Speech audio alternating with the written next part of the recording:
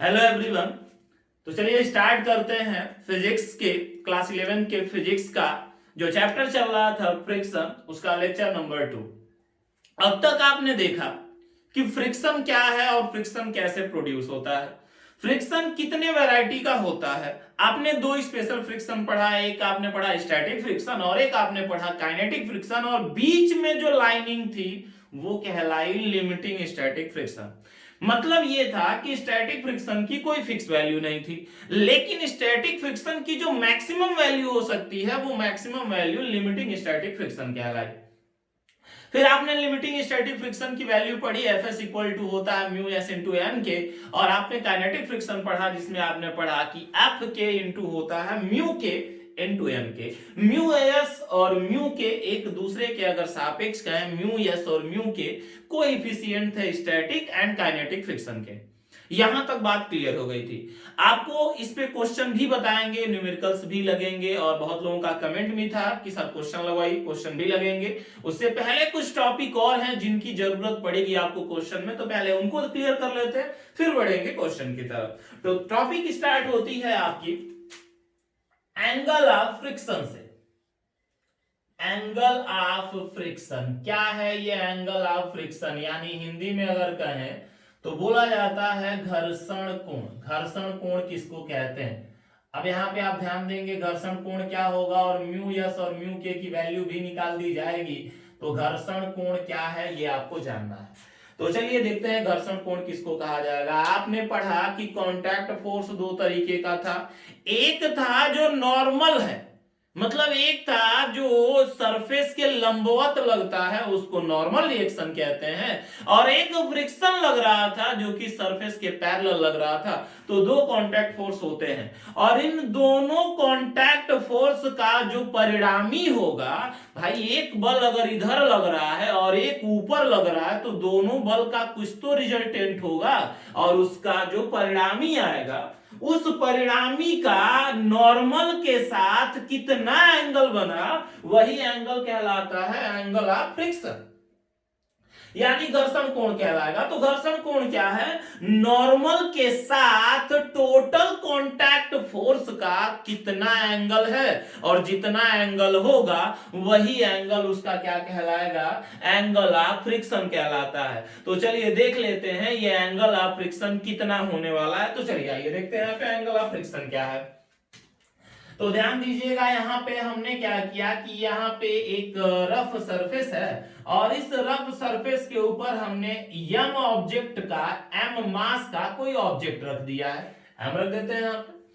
अब आपको पता है यहाँ पे m मास का ऑब्जेक्ट रखे हैं, तो जाहिर सी बात है यहाँ पे नीचे की तरफ आपको पता है हमेशा वर्टिकुलर डायरेक्शन में भार लगेगा जिसको mg कहा जाएगा, और ठीक इसके ऊपर एकदम लंबवत परपेंडिकुलर डायरेक्शन में कांटेक्ट फोर्स लग रहा होगा जो कि नॉर्मल होता है। और आपको ये भी पता है कि जब यहाँ पे कोई अप्लाइड फोर्स लगा देंगे, आप कोई एक फोर्स लगा रहे होंगे तो उसी टाइम फ्रिक्शन भी लगने लगेगा। एफ अप्लाई, एक फोर्स लगा रहे हैं, इसको खींचा जा रहा है, इस ऑब्जेक्ट को कोई खींच रहा है, एफ बल लगा के खींच रहा है, और इतना खींच रहा है कि ये अपने लिमिटिंग वैल्यू तक पहुंच जाए, यानी ये पहुंच जाए एफ एस तक। तो आपको याद होगा कि अगर हम अप्लाई फोर्स इधर करेंगे तो फ्रिक्शन इधर लगेगा। हमेशा फ्रिक्शन अप्लाइड फोर्स के अपोजिट डायरेक्शन में लगता है। इधर लग रहा होगा फ्रिक्शन, इधर है आपका अप्लाई, इधर है यन, और इधर है आपका एफ एस। अब आप देखो नॉर्मल लगा ऊपर, आप फ्रिक्शन लगा इधर। अब इसके बाद हम निकालेंगे नेट कांटेक्ट फोर्स कहां होगा। तो यहां से अगर देखेंगे तो यहां से देखिए इसको थोड़ा ध्यान से, यहां पे हम लगा देते हैं, ये हमारा नेट कांटेक्ट फोर्स है जो कि लग रहा है कुछ इधर की तरफ। यहां पे हम लिख देते हैं ये हमारा जो फोर्स है वो एफ नेट है, और नेट कांटेक्ट फोर्स हमने यहाँ पे लिख दिया है, वेक्टर एफ आएगा नेट कांटेक्ट फोर्स। और हमने कहा एंगल ऑफ फ्रिक्शन क्या होता है भाई? एंगल ऑफ फ्रिक्शन किसको कहते हैं? तो ये और ये कितने डिग्री का एंगल बना रहे हैं, जितने डिग्री का बना रहे हैं वही एंगल क्या कहलाएगा? आपका एंगल ऑफ फ्रिक्शन, या फिर उसी को बोला जाता है घर्षण कोण।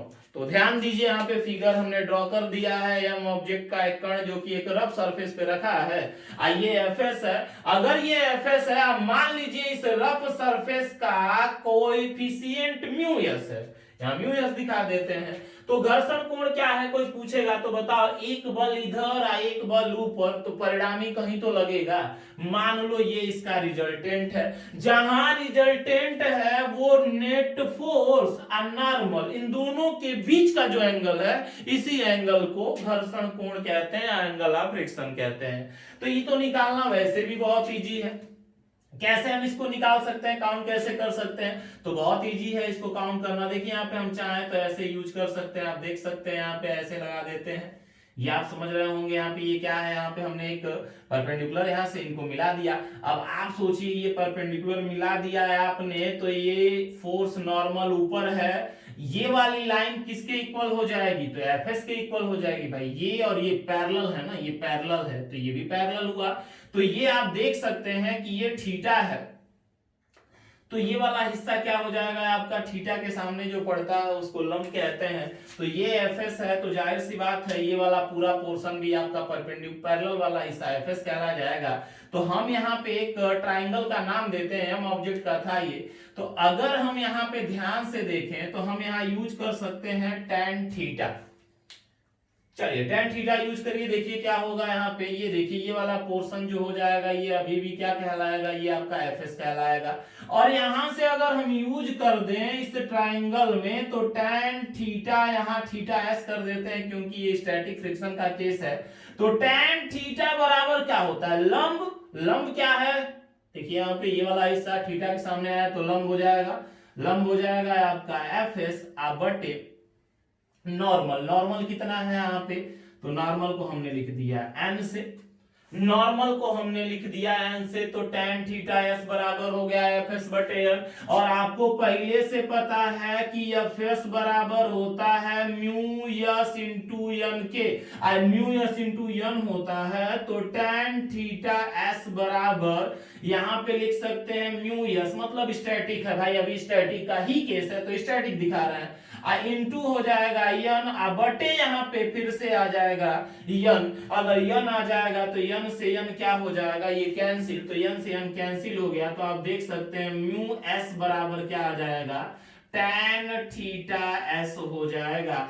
सिमिलरली इसी प्रकार अगर ये मोशन में रहा होता तो ये थीटा एस नहीं बल्कि थीटा के हो जाता, और थीटा के हो जाता तो ये एफ एस नहीं एफ के होता, एफ के बराबर म्यू के इंटू एन बटे एन, एन से एन कट जाता। यानी हम कह सकते हैं कि इसी प्रकार हम लिख सकते हैं कि म्यू के की जो वैल्यू आएगी वो भी किसके इक्वल हो जाएगी, tan थीटा के हो जाएगी, यानी काइनेटिक फ्रिक्शन भी इसी के इक्वल हो जाएगा यहाँ पे। या हम जनरली कह सकते हैं म्यू बराबर tan थीटा, यानी ये जो एंगल है, जो घर्षण कोण आता है, उसी की जो स्पर्शज्या होती है, उसी का जो टेंजेंट होता है, वही टेंजेंट कोएफिशिएंट ऑफ फ्रिक्शन कहलाता है, घर्षण गुणांक कहलाता है। लाइन से क्लियर होइएगा, tan मतलब स्पर्शज्या से है और स्पर्शज्या थीटा का मतलब यहाँ घर्षण कोण से है। तो घर्षण कोण का जो टेंजेंट होता है वही कहलाता है घर्षण गुणांक। यहां तक ये बात क्लियर हो गई होगी।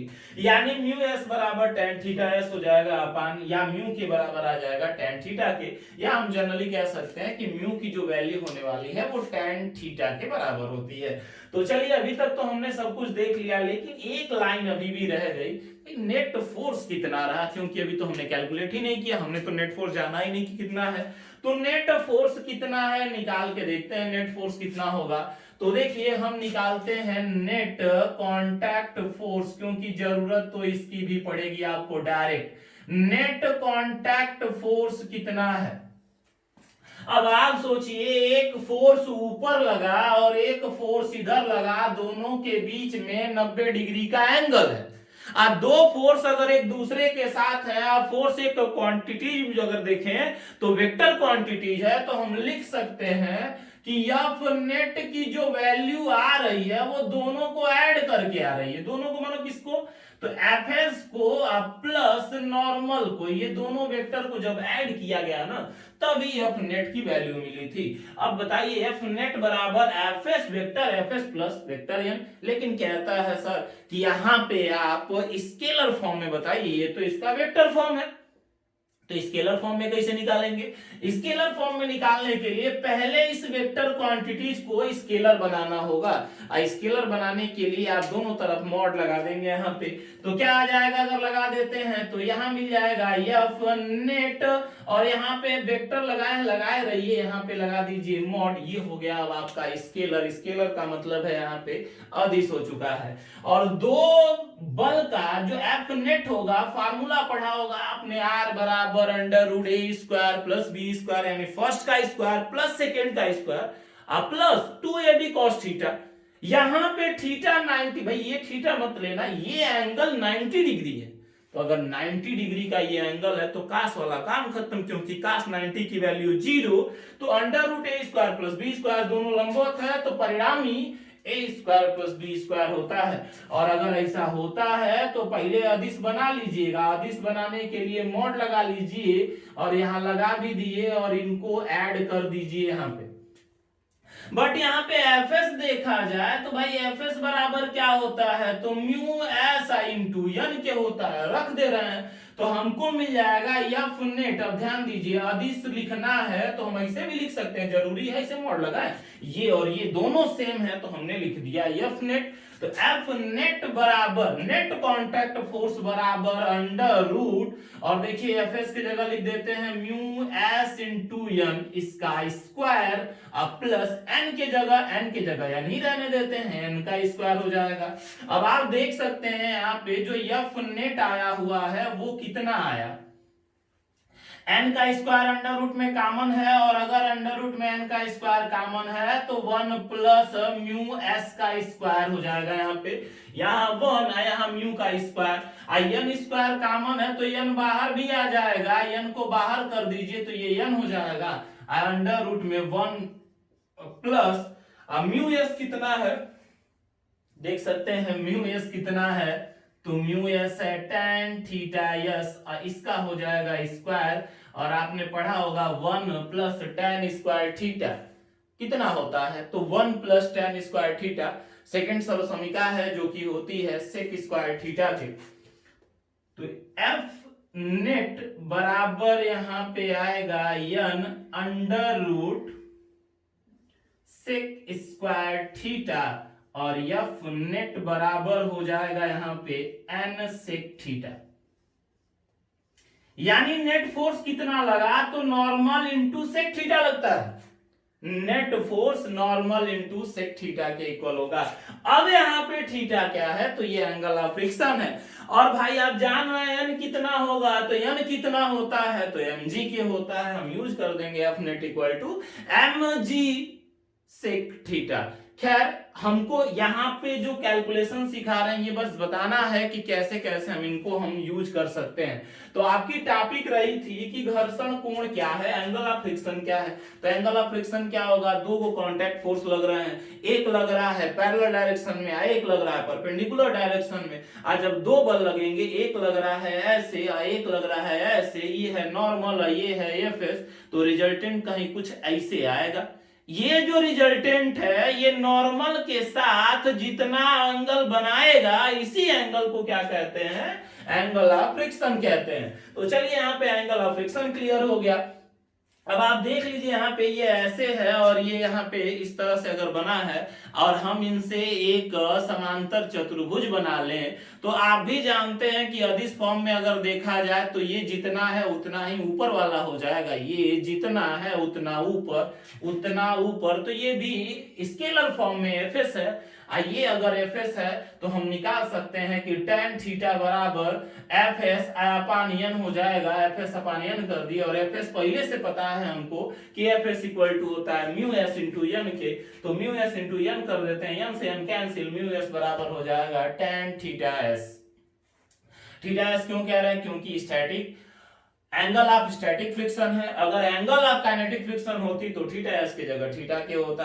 अब क्वेश्चन था कि नेट कांटेक्ट फोर्स कितना होगा, तो दिख तो रहा है नेट कांटेक्ट कितना होगा, एक एफएस वेक्टर इधर लगा हुआ है, एक वेक्टर इधर लगा हुआ है, तो नेट कितना होगा, दोनों को ऐड कर दिए इतना आएगा। लेकिन क्या आएगा, नहीं, स्केलर फॉर्म में बताइए कितना होगा। तो देखिए स्केलर निकालने के लिए आपको पता है कि इसको वेक्टर को स्केलर बनाना है तो या तो इसका एरो हटा दीजिए और नहीं तो यहाँ पे मॉड लगा दीजिए। तो हमने मॉड भी लगाया, हमने एरो भी हटाया, दोनों काम कर चुके हैं। मॉड लगा देंगे तो ये तो स्केलर हो गया, और स्केलर में कितना होगा, अदिश रूप में कितना होगा, तो इसके लिए देखिए ये एक दूसरे से लंबवत है, 90 डिग्री पे है। अभी जो बनाए थे आपने देखा था, एक बार फिर से देख लीजिए यहाँ पे, ये नॉर्मल, ये आपका एफएस है और ये नॉर्मल है। अब ये एक दूसरे से 90 डिग्री पे हैं, तो जब दो बल 90 डिग्री पे हो तो उनका रिजल्टेंट जो होता है वो अंडर रूट में पहले का स्क्वायर प्लस दूसरे का स्क्वायर होता है। यही हमने लिखा है यहाँ पे, एफ नेट बराबर अंडर रूट में पहले का स्क्वायर प्लस दूसरे का स्क्वायर। लिख तो दिए एफएस का स्क्वायर प्लस एन का स्क्वायर, लेकिन एफएस जो होता है वो म्यू एस इंटू एन के इक्वल है, लिख दिए म्यू एस इंटू एन, और हमने कैलकुलेट कर लिया। कैलकुलेशन में यहाँ पे आप देख सकते हैं mu S into N plus N square, N square भाई कॉमन है, और कॉमन है तो 1 प्लस म्यू एस का स्क्वायर आएगा। म्यू एस जो होता है tan थीटा एस के इक्वल है, तो 1 प्लस tan थीटा एस का स्क्वायर कर देंगे तो tan स्क्वायर एस हो जाएगा, और 1 plus tan square theta sec square theta होता है, सेक स्क्वायर का वर्गमूल सेक थीटा हो जाएगा, और n की जगह हम चाहे तो mg भी अप्लाई कर सकते हैं। तो ये तो टॉपिक रही थी आपकी एंगल ऑफ फ्रिक्शन की। और यहाँ पे एक लाइन हम यहाँ डिफाइन करना चाहेंगे, अगर फिर से देख लीजिए, अगर आपके एग्जाम में पूछता है कि प्रूफ कीजिए कि एंगल ऑफ फ्रिक्शन की जो टेंजेंट होती है, जो स्पर्शज्या होती है, वही घर्षण गुणांक कहलाती है। तो आप देख सकते हैं यहाँ पे हमने प्रूफ भी कर दिया है कि mu S equal to tan S, यानी जो घर्षण गुणांक होता है वो टेंजेंट होता है एंगल ऑफ फ्रिक्शन का, वो स्पर्शज्या है एंगल ऑफ फ्रिक्शन यानी घर्षण कोण की। तो यहां तक बात क्लियर हो गई होगी। अब बढ़ते हैं नेक्स्ट टॉपिक की तरफ, चाहे तो नोट कर लीजिए, फिर बढ़ते हैं नेक्स्ट टॉपिक की तरफ।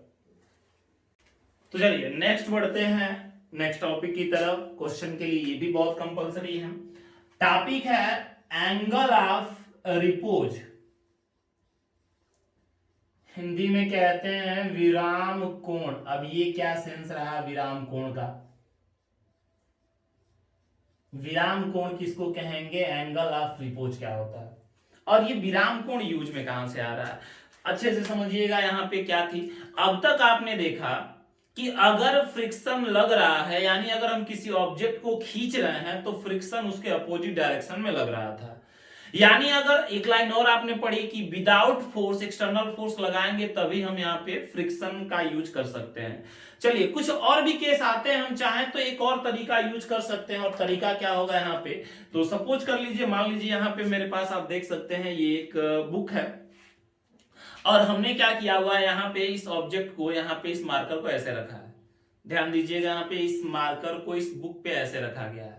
अगर ये मार्कर अभी मोशन के कंडीशन में है नहीं, क्योंकि ये जैसे है वैसे पड़ा हुआ है, अगर हम इसको थोड़ा सा उठाते चले जाएं, धीरे धीरे धीरे धीरे इसको अगर हम ऐसे ऊपर करते चले जाएं, धीरे धीरे ऐसे बढ़ाते जाएं, देखिए इसके अंदर मोशन आ गया।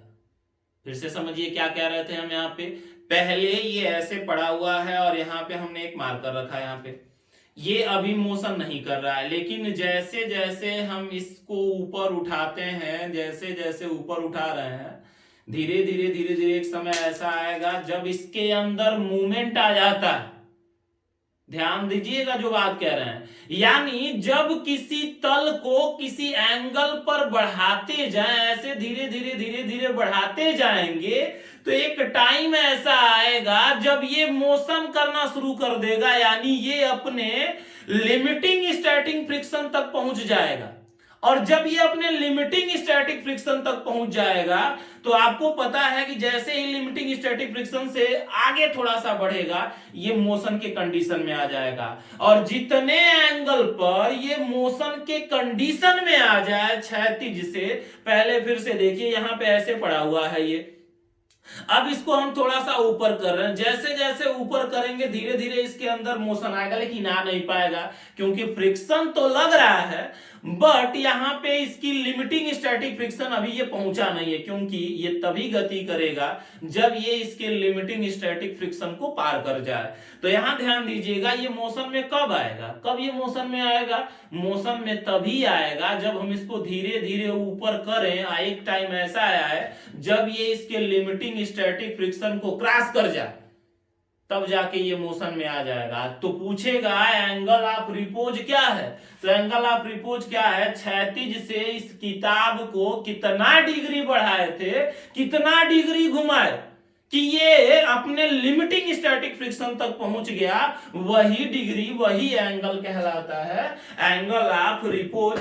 उसी को एंगल ऑफ रिपोज कहते हैं। इनको आसानी से यहां पे समझने के लिए टॉपिक थी आपकी, यानी एंगल ऑफ रिपोज क्या होगा। तो चलिए यहां पे आपको एक फिगर से ड्रॉ करके समझा देते हैं। देखिए ये है हमारे पास कोई इंक्लाइंड प्लेन ऐसे है, हमने यहाँ पे कोई यम ऑब्जेक्ट रखा हुआ है, यम द्रव्यमान का यहाँ पे हमने कोई एक कण रखा हुआ है और ये कण कुछ ऐसे है, हमने यम का एक ऑब्जेक्ट रखा हुआ है यहाँ पे और ये थीटा एंगल पर है। ध्यान दीजिए ये थीटा एंगल पे है, बट इसके अंदर कोई मोशन नहीं है, कोई गति नहीं है। और अगर गति करानी है तो दूसरा उपाय, या तो बल लगा के खींच दें, नहीं तो दूसरा उपाय है आपके पास। दूसरा क्या है, इस तल को थोड़ा थोड़ा ऊपर ले जाइए, ऊपर ले जाइए थोड़ा थोड़ा। जब ये ऊपर खिसकाएंगे, इसको ऊपर ले जाएंगे, तो एक टाइम ऐसा आएगा जब ये मोशन के केस में आने वाला होगा और इस लाइन से जितने डिग्री पे वो मोशन में ले आ दे, उसी डिग्री को कहते हैं एंगल ऑफ रिपोज। यानी अगर इस फिगर को थोड़ा और बड़ा करें, हमने क्या किया, एंगल को बढ़ाते गए बढ़ाते गए बढ़ाते गए और यहां पे पहुंचा दिए, और ये जो एंगल है ये इसके लिमिटिंग स्टैटिक फ्रिक्शन पे पहुंच चुका है। ध्यान दीजिएगा यहां जो वर्ड लिख रहे हैं ये आ चुका है यहाँ पे, इसका ये आपका फिर से वही हम ऑब्जेक्ट रखा है, हमने बदला नहीं है, ऑब्जेक्ट जो जैसे है वैसे पड़ा हुआ है। एम ऑब्जेक्ट का यहाँ पे हमने इसी कण को उठा के यहाँ कर दिया।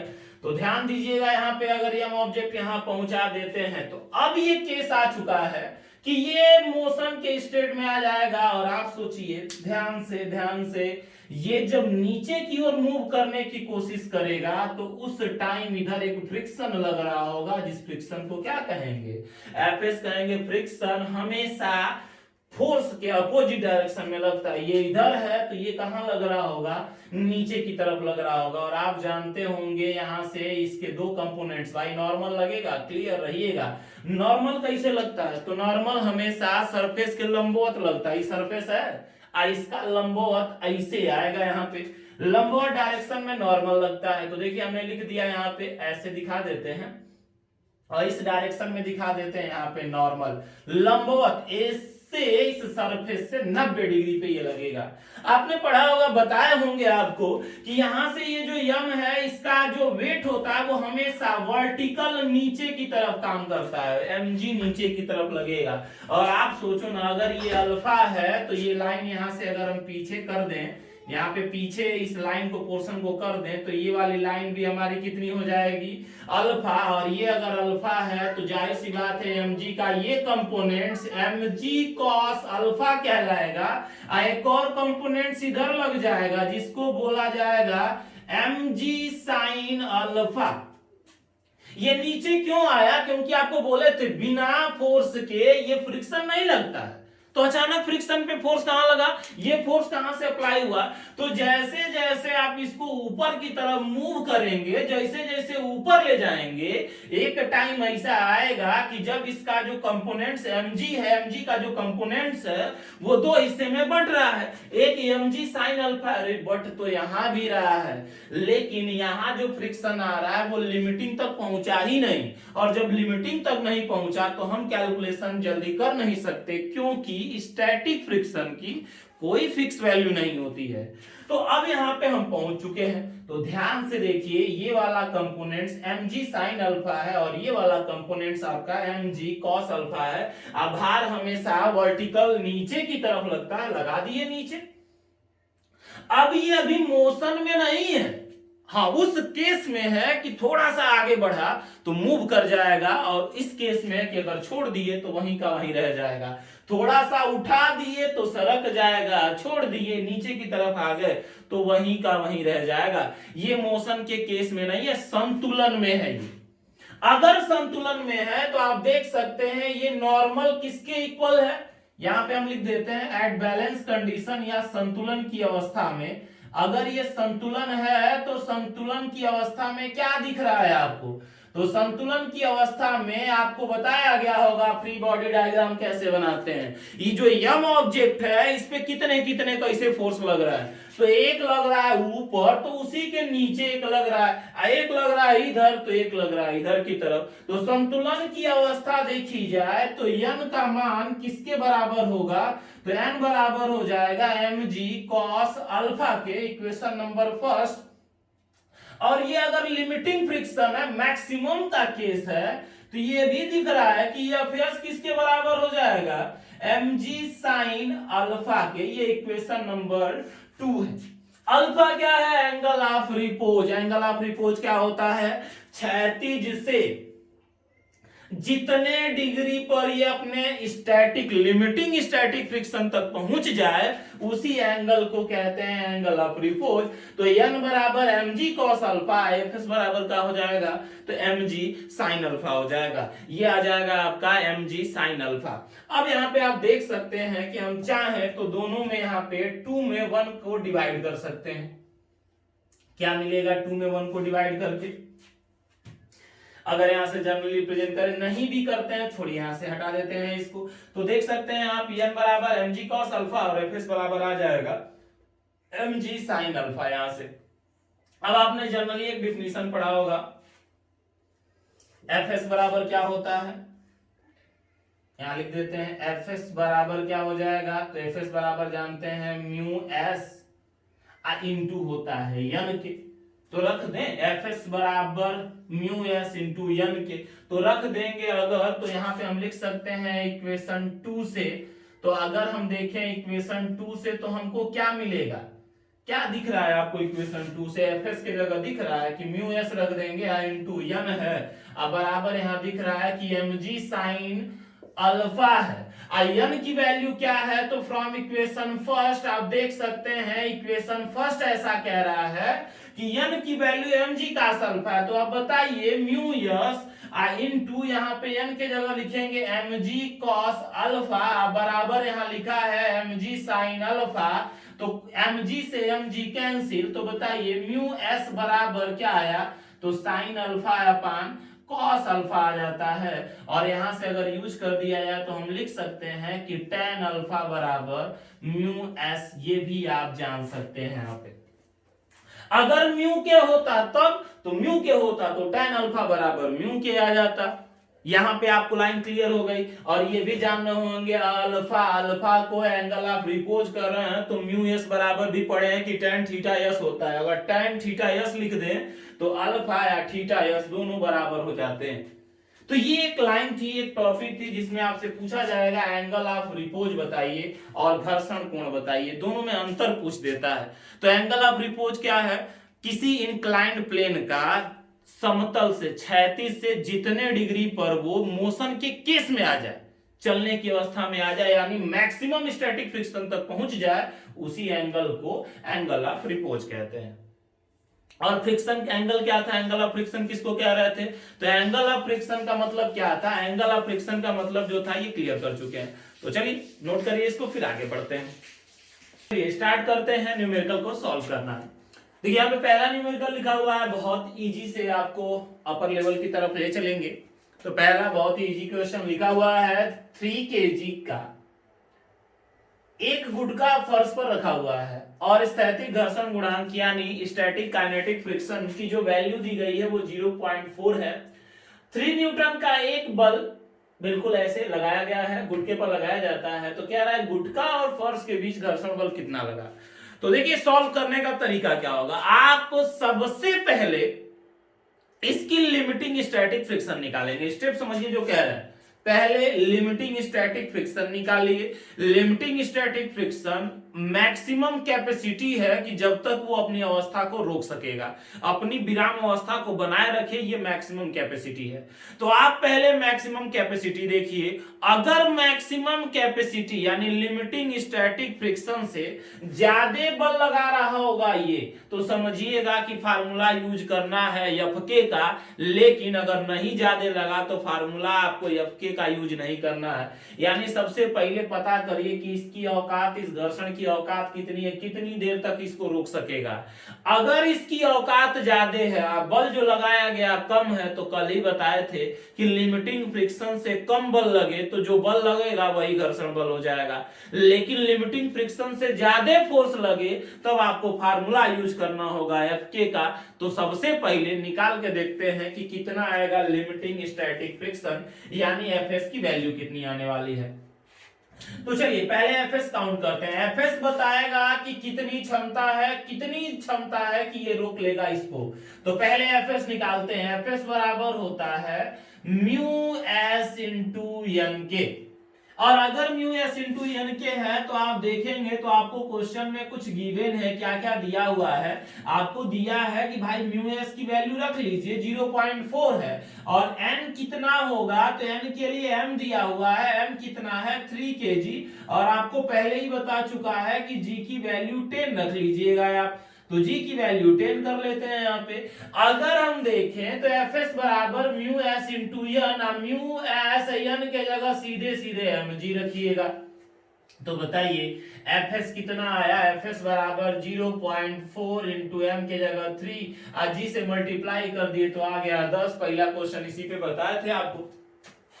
अब एफएस कितना आ जाएगा यहाँ पे निकालेंगे तो एफएस आ जाएगा 12 न्यूटन का, 12 न्यूटन का है। यानी अगर इस कण को, इस ऑब्जेक्ट को मोशन कराना है तो 12 न्यूटन से ऊपर बल लगाइए तो मोशन करेगा। जब मोशन करेगा तब फार्मूला एफके का लिखेंगे। लेकिन आप देखेंगे तो जो बल लगा रहा है, बल कितना लगा रहा है यहाँ पे, बल लगा रहा है 3 न्यूटन का। एफएस है आपका 12 न्यूटन, तो एफएस ज्यादा है एफ से। तो जब एफएस ज्यादा है एफ से तो कितना घर्षण बल लगा, कितना फ्रिक्शन फोर्स लगा, तो लिखेंगे जो फ्रिक्शन फोर्स आएगा वो अप्लाई फोर्स के बराबर होता है। ये केस याद रखिएगा, अगर एफएस ग्रेटर हुआ एफ से तो friction force is equal to apply force, लगाया गया बल, जितना फोर्स वो लगा रहा होगा। तो बताइए फ्रिक्शन फोर्स कितना आ जाएगा। तो यहाँ पे आप लिखेंगे तो फ्रिक्शन फोर्स बराबर हो जाएगा यहाँ पे अप्लाई फोर्स, और अप्लाई फोर्स कितने न्यूटन का था, तो 3 न्यूटन का था। तो आंसर आ जाएगा 3 न्यूटन। यानी यहाँ पे कितने न्यूटन का घर्षण बल लग रहा है, एफएस जो लग रहा होगा ये अपोजिट डायरेक्शन में लग रहा होगा। एफ जो लग रहा होगा कितने न्यूटन का लग रहा है यहाँ पे, तो एफ जो लग रहा है वो कितने न्यूटन का लग रहा है, तो एफ लग रहा है 3 न्यूटन का। तो क्वेश्चन में सबसे पहले आप स्टेप वाइज ध्यान दें। सबसे पहले मैक्सिमम कैपेसिटी देख लीजिए, चेक कर लीजिए कितनी है। अगर मैक्सिमम कैपेसिटी से कम बल लगा तो जितना लगा वही फ्रिक्शन फोर्स है, अब उससे ज्यादा गया तब काइनेटिक पहुंच गया, काइनेटिक पहुंच गया तो बिना म्यू के तो देगा नहीं, म्यू के देगा उसके बाद ही लगाने के लिए कहेगा। तो ये था आपका पहला क्वेश्चन जिसको सॉल्व कराया। देख सकते हैं 3 kg का यहाँ पे एक ऑब्जेक्ट रखा हुआ है सरफेस पे, और इसका म्यू एस दिया है 0.4 है, कह रहा है 3 न्यूटन का बल लगाया, तो लगाया 3 न्यूटन का बल, हिला पाएगा इसको, अरे 12 न्यूटन का बल पाएगा तब ये खिसकेगा, उससे कम तो जितना कम उतना फ्रिक्शन। तो ये इसका आंसर हो जाएगा। तो चलिए सॉल्व कर लीजिए, फिर आते हैं नेक्स्ट क्वेश्चन की तरफ। बढ़ते हैं नेक्स्ट क्वेश्चन की तरफ। देखिए नेक्स्ट क्वेश्चन लिखा हुआ है 4 kg का एक पिंड एक क्षैतिज तल पर रखा हुआ है। क्षैतिज तल पे सारे के सभी क्षैतिज के ही हैं। क्षैतिज तल पे रखा हुआ है जिसका स्थैतिक गुणांक 0.5 है। यानी आपसे कह रहा है यहाँ पे, अगर इस क्वेश्चन को सॉल्व करें तो यहाँ लिखा हुआ है कि जो म्यू एस की वैल्यू है वो 0.5 है। आपके क्वेश्चन में जो आपको प्रिंट किया हुआ है उसका आप ध्यान देंगे। यहाँ पे ये कुछ चीजें जो लिखी गई हैं वहां पे हम शो करते चलते हैं। देखिए यहाँ पे ये लिखा गया है, ये जो वैल्यू है ये किसकी दी गई है, म्यू एस की। म्यू एस की वैल्यू क्या रहा है 0.5 है।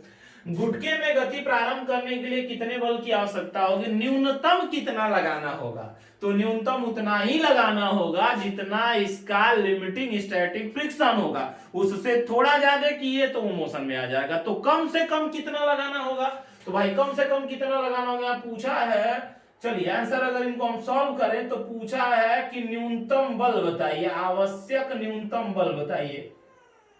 तो अगर यहां लिखे हम आवश्यक न्यूनतम बल, तो आवश्यक न्यूनतम बल कितना हो जाएगा, ये बराबर हो जाएगा लिमिटिंग स्टैटिक फ्रिक्शन के यानी सीमांत घर्षण बल के। ये सीधे इक्वल हो जाएगा सीमांत घर्षण बल के लिमिटिंग स्टैटिक फ्रिक्शन के।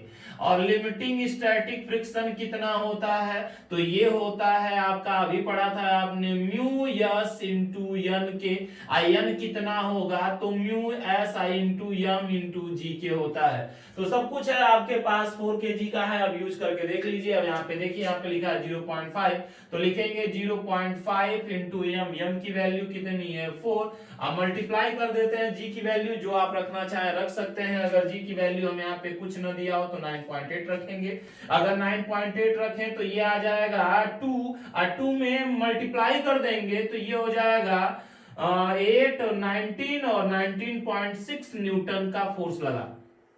यानी कितना बल लगेगा कम से कम उसको मोशन कराने के लिए, तो मोशन कराने के लिए उसको उतना ही बल लगेगा जितना उसका सीमांत घर्षण बल होगा, उतना रहेगा तो वो मोशन के केस में आ सकता है। न्यूनतम पूछा है, न्यूनतम निकाल दिया हमने। आगे कह रहा है कि गति उत्पन्न करने के बाद मान लो गति में आ जाए, तो कह रहा है गुटके पर यही बल लगे, यानी गति में आ जाए और बल अभी भी यही लग रहा हो, तो पूछ रहा है कि बताइए गुटके में त्वरण क्या होगा। तो पहले तो ये तो जाने कि यहाँ पे क्वेश्चन समझिए, बहुत बढ़िया क्वेश्चन है ये। हमने निकाल लिया कितना न्यूनतम बल लगना चाहिए। फिर आगे कह रहा है कि अगर ये गति में आ जाए और गुटके पर अभी भी 19.6 न्यूटन का बल कोई लगा रहा हो, बल लगा रहा है, को केस समझो। यहाँ पे ये आपका ऑब्जेक्ट है और इस सरफेस पे रखा गया है, ऑब्जेक्ट है आपका 4 kg का, और बल अभी भी लग रहा है। कितना का लग रहा है यहाँ पे, तो बल लगा रहा है 19.6 न्यूटन का, और ये मोशन में आ गया है। तो मोशन में आ गया है तो उससे पहले यहाँ पे फ्रिक्शन तो लग रहा होगा ना, और वो अब की बार जो फ्रिक्शन लग रहा होगा वो काइनेटिक का लग रहा होगा। और हमसे कह रहा है कि एक्सीलरेशन बताइए, त्वरण बताइए। तो त्वरण बराबर क्या होता है, ए बराबर नेट फोर्स बटे यहाँ पे आ जाएगा मास। हमको नेट फोर्स कितना लगेगा, तो नेट फोर्स निकालना है, तो जितना लगा रहे हैं वो उतना ओरिजिनल तो लग नहीं रहा है, लगा रहा है 19.6, लेकिन पीछे से फ्रिक्शन भी तो लग रहा है, यानी इसका जो नेट फोर्स होगा वो कितना हो जाएगा, तो ये हो जाएगा 19.6 माइनस माइनस में लगा दीजिए काइनेटिक फ्रिक्शन बटे इसका मास। मास कितना है, तो मास है इसका 4 kg का। इसी को सॉल्व कर लीजिए, ए की वैल्यू पा जाएंगे। ए बराबर हो जाएगा 19.6 माइनस एफ के। एफ के कितना होता है, तो एफ के होता है म्यू के इंटू एम जी के, मल्टीप्लाइड सॉरी डिवाइड बाई 4, तो आ जाएगा आपका 19.6 माइनस म्यू के की वैल्यू यहाँ सो है 0.4 और इंटू एम की वैल्यू 4 और इंटू जी की वैल्यू अभी भी 9.8 डिवाइड बाई 4। अब इसी को सॉल्व कर लीजिए, यहाँ पे आपका आंसर निकल जाएगा। आंसर कितना आ जाएगा, तो a इक्वल टू 19.6 माइनस, ठीक है 4 में 4 से मल्टीप्लाई करेंगे तो ये आपका आ जाएगा 1.6, और 1.6 में 9.8 से मल्टीप्लाई करेंगे तो 16 में 8 का गुणा करेंगे तो 128, और 16 में 9 का गुणा करेंगे तो 144, 144 और 12, 144 और 12 156, 15.68 और डिवाइड बाई हो जाएगा 4। तो a इक्वल टू 10 में से 8 माइनस करेंगे तो 2 होगा, और ये 15 होगा, 15 में से 6 माइनस करेंगे तो 9 होगा, और ये हो जाएगा 18, 18 में से 5 माइनस करेंगे तो ये आपका 3 होगा, 8 में 5 माइनस करेंगे 3 हो जाएगा, अपान आ जाएगा 4। तो a इक्वल टू हो जाएगा 0 पॉइंट यहाँ पे 9 36, और यहाँ पे आएगा 3 और ये आ जाएगा इतना, यानी ए की वैल्यू आ जाएगी 4.098 मीटर पर सेकेंड स्क्वायर। इतने एक्सीलरेशन से ये मोशन कर रहा होगा। ठीक है, तो तब तक के लिए नोट करिए, फिर बढ़ते हैं नेक्स्ट क्वेश्चन की तरफ।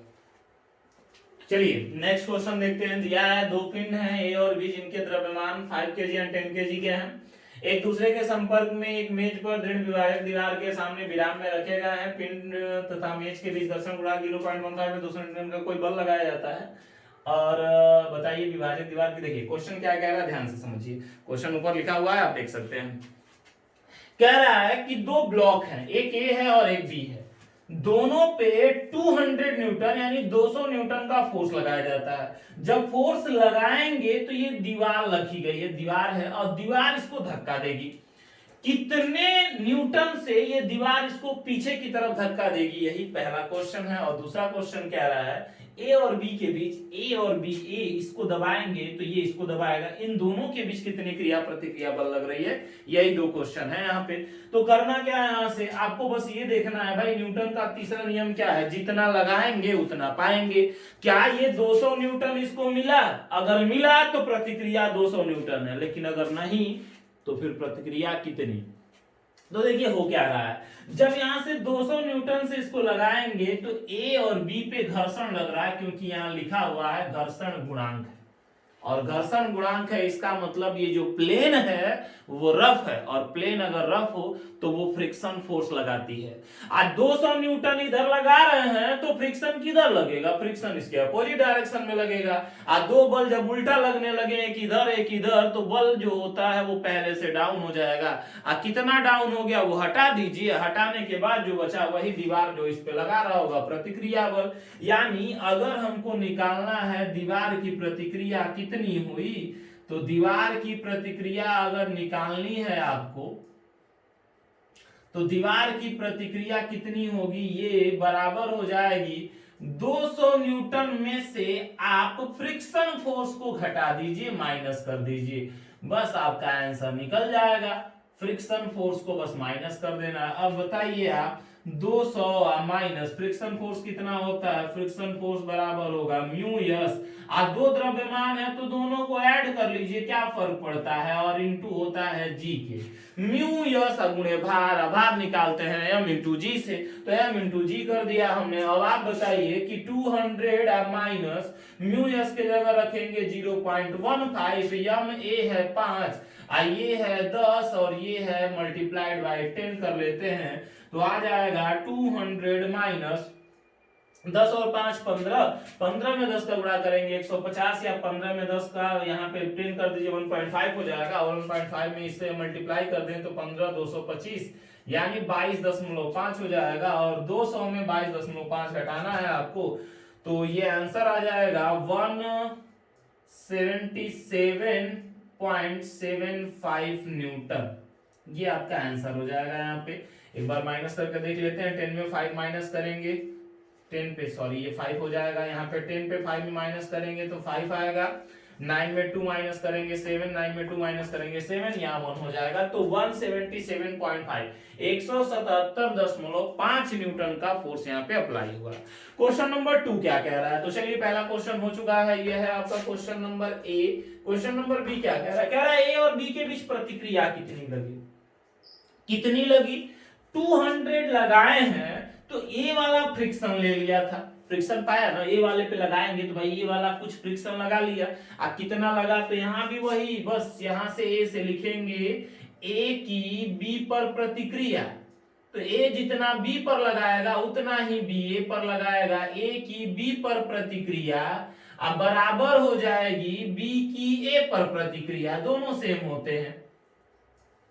अब आप बताइए थोड़ा ध्यान से कि क्या ए बी पे 200 लगा पाया, नहीं लगा पाया, क्योंकि ये तो खुद ही फ्रिक्शन दे रहा है। अब यहाँ पे देखिए ए की प्रतिक्रिया बराबर बी की प्रतिक्रिया, तो ए की प्रतिक्रिया कितनी हुई, तो 200 माइनस ए के सरफेस पर लगा फ्रिक्शन फोर्स, भाई फ्रिक्शन भी तो लग रहा है, ए के सरफेस पे लगा फ्रिक्शन फोर्स, तो निकाल लीजिए यहां से, वो तो गया यहां से 200 माइनस ए के सरफेस पे फ्रिक्शन कितना लगा, mu S into M A या इंटू जी, कितना आ जाएगा 200 माइनस 0.15, एम कितना है, एम ए कितना है 5 का है, जी कितना है 10 का है। तो अगर इनसे देखा जाए तो ये कितना हो जाएगा आपका, ये हो जाएगा 1575 यानी 7.5, यानी हम यहाँ पे अगर हम आंसर लिख दें तो ये आपका आंसर आ जाएगा 200 माइनस 7.5 और घटाएंगे तो ये आ जाएगा 192.5 न्यूटन। ये लगाएगा 192.5 का तो वो भी लगाएगा 192.5 न्यूटन का। तो ये था आपका नेक्स्ट क्वेश्चन। चलिए इसके बाद अब हम बढ़ेंगे कुछ इंक्लाइंड प्लेन की तरफ। ये तो सारे क्वेश्चन बिल्कुल सरफेस पे थे, अब आगे बढ़ेंगे इंक्लाइंड प्लेन की तरफ। इंक्लाइंड प्लेन पे कैसे क्वेश्चन सॉल्व किए जाते हैं, नोट करिए। की तरफ बढ़ते हैं, जैसा कि अभी बताए थे आपको कि इस बार अब चलेंगे इंक्लाइंड प्लेन की तरफ। तो देखिए यहाँ पे क्वेश्चन लिखा हुआ है, एक पिंड एक खुरदुरे नत समतल पर जिसकी लंबाई 6.4 मीटर है विरामावस्था से फिसलना प्रारंभ करता है। देखिए कुछ बातें जो लिखी गई हैं वो हम क्लियर करते हैं। वर्ड लिखा है, आप क्वेश्चन अच्छे से पढ़िए। विरामावस्था मतलब कि इनका जो इनिशियल वेग होगा, अगर हम u से लिखें तो u 0 है, इसका पहला सेंस है। वर्ड पे आइए, यहाँ u 0 लिखा हुआ है और आगे कह रहा है फिसलना प्रारंभ करता है 36 तल से, झुकाव 30 डिग्री का है। यहाँ अल्फा की वैल्यू या थीटा की वैल्यू 30 डिग्री दी गई है और आपसे पूछ रहा है पिंड द्वारा तली तक पहुंचने में लिया गया समय। ध्यान से, फिसल रहा है मतलब मोशन में है, और अगर मोशन में है तो स्टैटिक की कोई जरूरत नहीं है, क्योंकि इन मोशन हमको काइनेटिक की जरूरत पड़ेगी। और दिया तो है आपको कि म्यू के की वैल्यू 0.2 रख लीजिए और जी की वैल्यू 9.8 रख लीजिए। तो चलिए करते हैं पहले फिगर ड्रॉ और फिर पहुंचाते हैं नेक्स्ट टॉपिक की तरफ बढ़ते हैं। तो देखिए यहां से ये क्वेश्चन दिया हुआ है और कह रहा है कि 30 डिग्री, ये कितने डिग्री पे है, 30 डिग्री के एंगल पर ये झुका हुआ है। और इसमें कह रहा है कि जो लेंथ है जिस इंक्लाइंड प्लेन से ये गुजर रहा था, ये पूरी जो लेंथ दी गई है ये 6.4 मीटर की दी गई है। यहां से यहां तक की जो लेंथ है वो 6.4 मीटर की है। थोड़ा सा इसको नीचे बनाते हैं ताकि और क्लियरिटी रहे। ये लाइन ध्यान दीजिएगा, ये वाली जो लेंथ थी ये पूरी यहां से यहां तक की जो लेंथ रही है वो 6.4 मीटर की रही है। ये पूरी लेंथ यहां से यहां तक की लेंथ। अब आगे क्या कह रहा है, फिर आगे कह रहा है विरामावस्था तो हमने लिख ही दिया, u की वैल्यू 0 है और 30 डिग्री के एंगल पर है और यहां से पिंड द्वारा तली तक पहुंचने में लिया गया समय बताइए कि कितना होगा। देखिए क्वेश्चन में कहीं भी आपको कोई वेट कोई टॉपिक कुछ दिया नहीं है, क्वेश्चन को सॉल्व करना है। तो चलिए लगाते हैं, देखते हैं। मान लीजिए यहाँ पे हमने जो ऑब्जेक्ट रखा है वो कुछ ऐसे मोशन के फेज में आ जाता है जिसको हम m से लिख देते हैं। m ऑब्जेक्ट है यहाँ पे। अब होगा क्या, ध्यान दीजिएगा, यहाँ पे होगा क्या कि इसका जो भार होगा सीधा वर्टिकल नीचे, और भार अगर नीचे तो कितना भार आ जाता है m इंटू जी के इक्वल। अब यहां से ये 30 डिग्री के एंगल पर है तो आप समझ सकते हैं यहां से 30 डिग्री का एंगल बन जाएगा, और 30 डिग्री का एंगल बना तो ये mg cos 30 होगा और ये वाला जो पोर्शन होगा वो mg sin 30 हो जाएगा यहाँ पे। और इधर प्रतिक्रिया बल लग रही है तो इधर n हो जाएगा, जिसको हम n से डिनोट कर देंगे तो ये n हो जाएगा। और अभी भी एक फोर्स रह गया, क्योंकि जब ये फिसल रहा है और रफ सरफेस है, इसका मतलब इधर लग रहा होगा फ्रिक्शन, वो भी कौन सा, तो वो लग रहा होगा Fk का। क्वेश्चन को बहुत आसानी से लीजिएगा।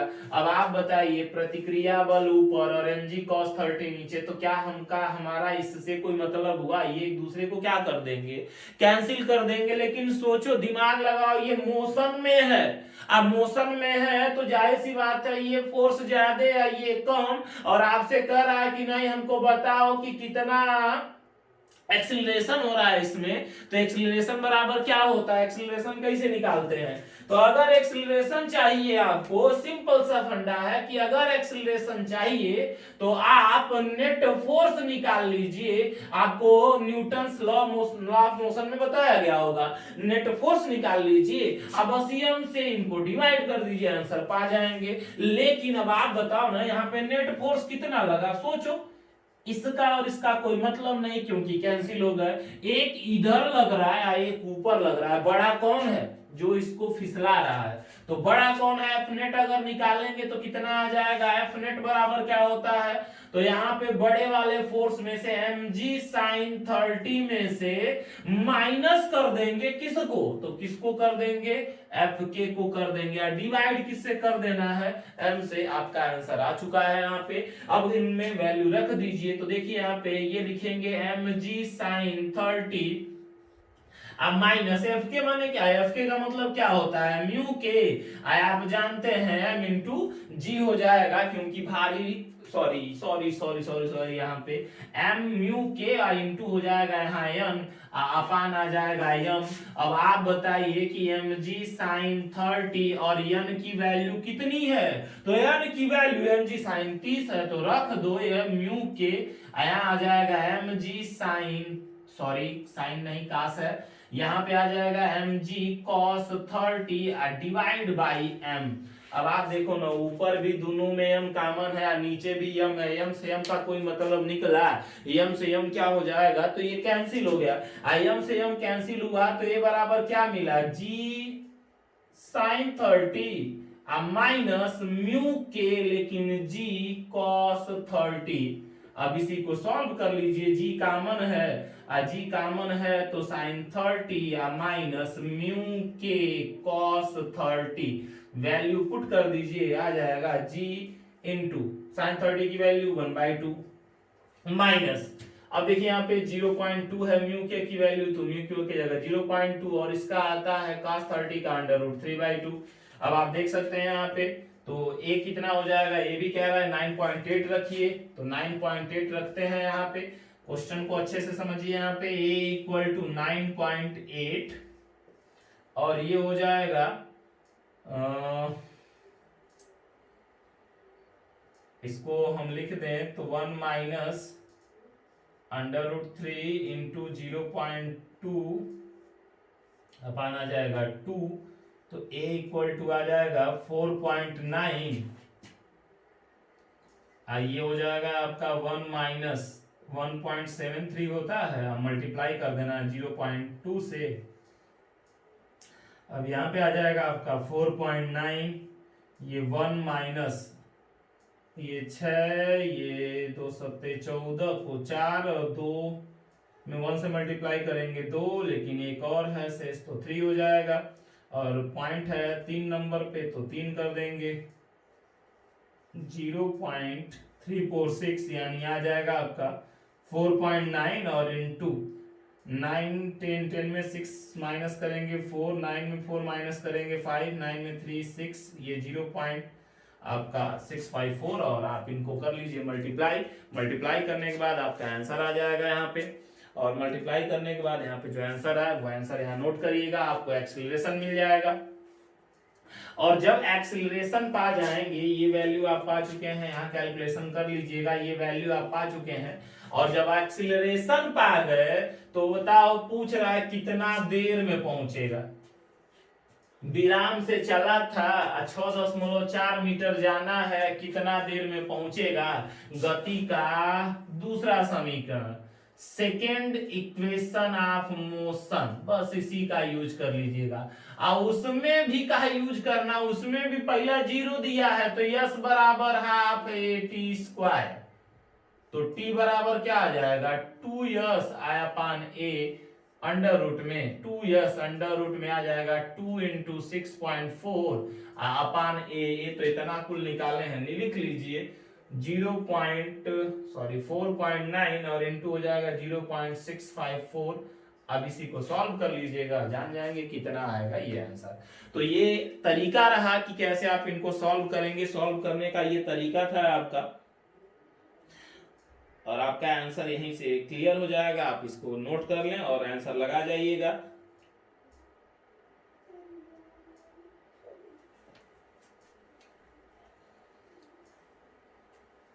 चलिए अब देखते हैं नेक्स्ट क्वेश्चन की तरफ। थोड़ा सा बड़ा क्वेश्चन, बहुत ही सिंपल क्वेश्चन है, आसानी से आप समझ सकते हैं इसको। देखिए क्वेश्चन लिखा है बल F का अधिकतम मान क्या होगा, जैसा कि चित्र में दिखाया गया। जो ब्लॉक है, जो गुटका है, द्रव्यमान लिखा है m√3, ये चले नहीं और म्यू एस की वैल्यू दी गई है 1/2√3 और फिगर आपको कुछ ऐसे ड्रॉ किया गया है। ये m ऑब्जेक्ट है और इस पे F जो लगाया गया है वो थोड़ा सा तिरछा है, 60 डिग्री के एंगल पर लगाया जा रहा है और आपसे कह रहा है कि बताइए कि कितना अधिकतम फोर्स लगेगा कि ये गुटका, अधिकतम फोर्स पूछ रहा है, ये गुटका चले नहीं लेकिन अधिकतम के केस में आ जाए, यानी स्टैटिक फ्रिक्शन के केस में आ जाए। ये क्वेश्चन में ऐसा पूछ रहा है और ये पूछा गया है जेई 2003 में। तो आपको बहुत सारे क्वेश्चन कराएंगे, बहुत मजा आने वाला है इस लेसन में। तो देखते हैं कैसे लगेगा ये क्वेश्चन, थोड़ा ध्यान से देखिए यहाँ पे।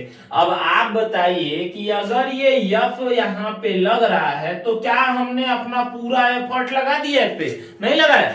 हम तिरछा लगाएंगे तो कुछ पोर्शन जो होगा वो आगे की तरफ तो ले जाना चाहेगा, लेकिन कुछ ऐसा होगा जो नीचे दबाने लगेगा। ध्यान से समझिएगा जो क्वेश्चन कह रहा है। अभी एक टॉपिक है, इसमें आता है कि आपने देखा होगा कि अगर कोई रोलर जो जैसे घास वगैरह चलाने वाला होता है, आप देखे होंगे जब क्रिकेट ग्राउंड सुखाया जाता है तो उसमें रोलर जैसा रहता है, वो गोल बनाया जाता है और उसको उठा के चलाया जाता है। उठा के क्यों चलाया जाता है? जब आप उसको उठाएंगे, खींचेंगे तो फ्रिक्शन कम लगेगा। ये आपको क्लियर कर देंगे। अभी यहां समझिए, यहाँ पे तिरछा फोर्स हम ऐसे दबा रहे हैं, ऐसे ऐसे दबा रहे हैं, तिरछा तिरछा दबाएंगे तो कुछ फोर्स उसको नीचे दबाएगा और कुछ आगे ले जाएगा।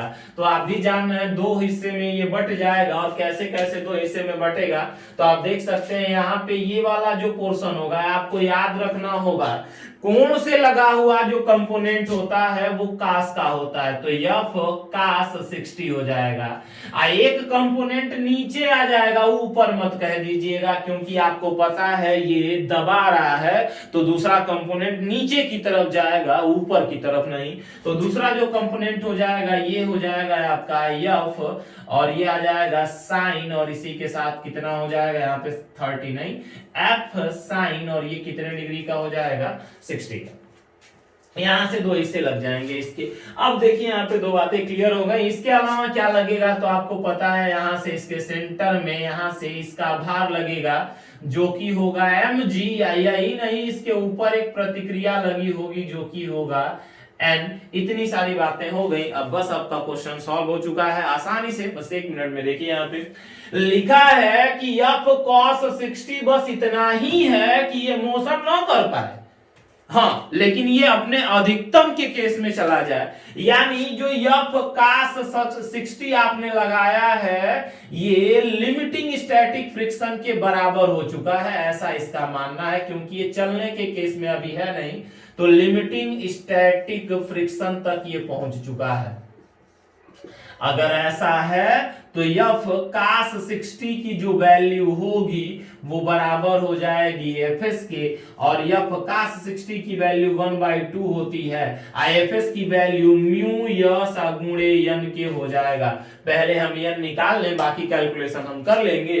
तो आप बताइए, ये आ जाएगा f/2 बराबर म्यू यस की वैल्यू देखिए यहाँ पे डोनेट की गई, दिखाई गई है 1/2√3 i इंटू मल्टीप्लाई कर देंगे n से, 2 से 2 कैंसिल हो जाएगा, n बराबर आ जाएगा f/√3।